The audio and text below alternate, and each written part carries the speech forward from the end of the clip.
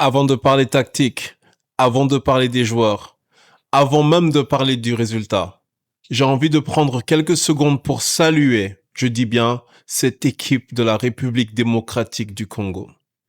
Parce que honnêtement, aujourd'hui, j'ai vu une équipe qui a fait honneur à tout un peuple. J'ai vu une équipe qui arrivait en face de l'un des favoris du groupe, face à des joueurs qui valent des centaines de millions d'euros, face à des stars connues partout dans le monde. Et pourtant, je n'ai jamais vu la moindre peur dans les yeux de nos Congolais. On nous avait présenté la RDC comme l'outsider de cette rencontre. Une équipe qui devait subir, défendre, espérer un miracle. Mais ce que j'ai vu aujourd'hui, c'est une équipe qui a refusé d'être spectatrice. Une équipe qui est rentrée sur le terrain avec de la personnalité, avec du courage, mais surtout avec une confiance énorme en ses qualités. Même après avoir encaissé le premier but, personne n'a baissé la tête. Personne n'a paniqué. Les joueurs ont tous continué à croire en leur plan de jeu et à se battre pour chaque ballon. Et c'est ce que j'ai trouvé le plus beau aujourd'hui dans ce match de football. Que ce n'était pas seulement une question de talent individuel ou de valeur marchande. Le football, c'est aussi une question de cœur et de caractère et de fierté. Et sur ces aspects-là, la RDC a montré au monde entier qu'elle n'avait rien à envier à personne. Tous les milliers de Congolais qui ont regardé ce match aujourd'hui devaient avoir une émotion de fou, de Kinshasa, de Goma, de Matadi, partout à travers le monde, la diaspora. Je peux même pas imaginer l'émotion que vous avez vécue aujourd'hui. Vous avez joué le Portugal du fameux Cristiano Ronaldo et pourtant, aujourd'hui, il a été complètement invisible dans la rencontre.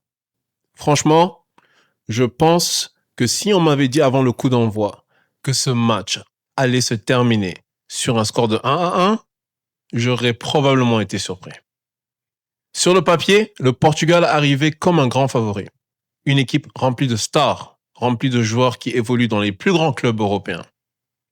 Et en face, une sélection congolaise qui avait tout à prouver.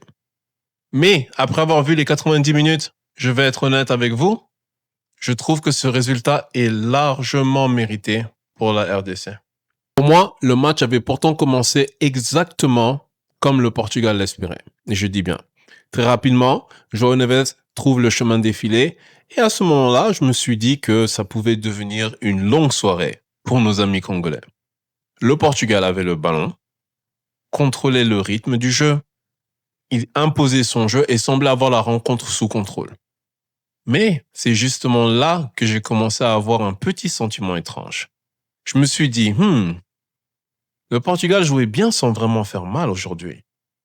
Oui, ils avaient la possession, oui, ils faisaient circuler le ballon, mais je ne voyais pas une équipe qui étouffait son adversaire ou une équipe qui criait occasion après occasion.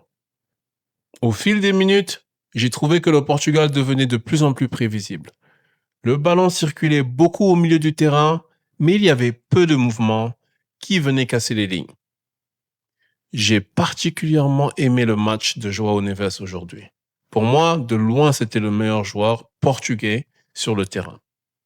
Non seulement il marque, mais c'est de là que viennent toutes les actions et c'est lui qui essaie d'accélérer le jeu. Quand le Portugal met du rythme, très souvent, ça passait tout le temps par João Neves. J'ai aussi apprécié la prestation de Bruno Fernandes. Comme d'habitude, il cherchait constamment des passes vers l'avant. J'avais l'impression qu'il essayait réellement de trouver la solution pour faire exploser le bloc congolais. Le problème, c'est qu'il était parfois un peu seul dans cette mission. Plusieurs de ses bonnes intentions n'ont pas été converties en occasions franches parce que la RDC était juste tout simplement bien organisée défensivement. Concernant Vitinha, je suis un peu partagé. Techniquement, c'est toujours très propre. Il ne perd presque jamais le ballon et il aide énormément son équipe à contrôler le jeu. Mais parfois, j'avais l'impression que le Portugal avait besoin d'un peu plus de verticalité, un peu plus de prise de risque, un peu plus de vitesse dans les transmissions. La possession était là, mais elle ne se transformait toujours pas en danger réel. Un autre joueur que j'ai trouvé quand même intéressant, c'est Nuno Mendes. Pour moi, il a été l'un des rares Portugais capables d'apporter du déséquilibre dans ce jeu. Chaque fois qu'il montait sur son côté, il donnait l'impression que quelque chose pouvait se passer. Ces accélérations ont créé beaucoup de situations compliquées pour la défense congolaise. Mais évidemment, le joueur dont tout le monde va parler aujourd'hui, c'est CR7, of course. Je sais que c'est un sujet sensible parce qu'il reste une légende absolue du football, mais si je me concentre uniquement sur ce match, je trouve qu'il va recevoir beaucoup de critiques et je comprends pourquoi. Il a eu des occasions importantes en deuxième période et il n'a pas réussi à les convertir. J'ai aussi parfois l'impression que le Portugal cherchait trop souvent Ronaldo au lieu de prendre de meilleures décisions disponibles. Ce n'est pas forcément sa faute directement, mais j'ai eu l'impression que le jeu portugais devenait parfois trop prévisible parce que les joueurs cherchaient constamment leur capitaine. Je pense sincèrement que le Portugal possède suffisamment de talent offensif pour jouer de façon un peu plus libre et un peu moins dépendante d'une seule option. Mais si le Portugal a déçu certains observateurs, je pense surtout qu'il faut donner énormément de crédit à la République démocratique du Congo. Parce que pour moi, ce match n'est pas seulement l'histoire d'un Portugal qui laisse filer des points, c'est aussi l'histoire d'une équipe congolaise qui a parfaitement exécuté son plan de match. J'ai aussi beaucoup aimé le travail de Yohan Wissa. Pour moi, il a été le symbole de cette équipe congolaise. Toujours disponible, toujours prêt à attaquer les espaces, toujours dangereux dans son équipe lorsqu'il y avait des récupérations de ballon. Son but a complètement changé la dynamique du jeu. À partir de ce moment-là, on a senti que les Congolais croyaient vraiment à l'exploit. Cédric Bakambu aussi mérite beaucoup d'éloges selon moi. Souvent, quand on regarde un attaquant, on se concentre uniquement sur les buts, mais dans ce match, son travail sans ballon a été exceptionnel. Il a aidé son équipe à remonter le terrain, il a participé aux efforts défensifs et il a constamment offert une option lors des transitions rapides de jeu. J'ai également vraiment été impressionné par Aaron Wan-Bissaka aujourd'hui parce que défensivement, il a livré un gros match.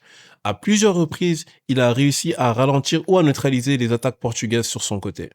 C'est le genre de prestation là qu'on ne parle pas forcément dans les gros titres.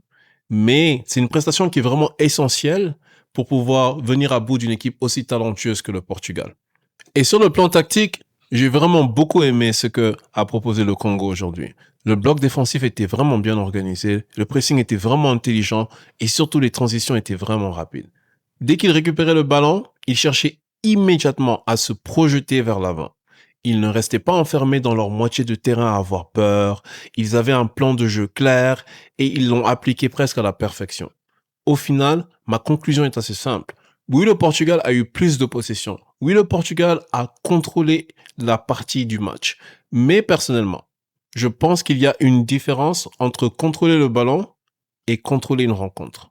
J'ai eu le sentiment que le Congo était toujours dans le match. J'ai eu le sentiment que le Congo, il savait exactement ce qu'il voulait faire aujourd'hui. Et surtout, j'ai eu le sentiment qu'il méritait le point aujourd'hui. Pour moi, la plus grande leçon de cette rencontre, c'est que dans cette Coupe du Monde, il n'y a rien qui pardonne. Le talent seul ne te suffira pas. Il va falloir que tu sois efficace. Il va falloir que tu sois constant tous les 90 minutes. Le Portugal, ils ont des qualités incroyables, mais ils ont été incapables aujourd'hui de plier le match. Et c'est la leçon qu'il faut tirer de cette Coupe du Monde. 90 minutes, tu joues avec le cœur, tu joues avec la passion, tu joues avec la confiance, tu joues avec ton équipe, tout le monde avec la même idée dans la tête et ça va faire mouche et vous allez avoir le résultat au final. Et c'est ce que le Congo a fait aujourd'hui. Ils sont allés chercher 1-1 contre le Portugal de CR7. C'est pas petit là. Vous pouvez être fiers de vous les amis. Nous, on a été vraiment fiers de vous aujourd'hui. J'ai vraiment adoré ce match. J'espère que vous aussi. J'espère que vous avez aussi aimé ce débrief. Dites-moi ce que vous en pensez en commentaire. Et surtout, n'hésitez pas à like et à me lâcher un follow. Ça m'encourage beaucoup.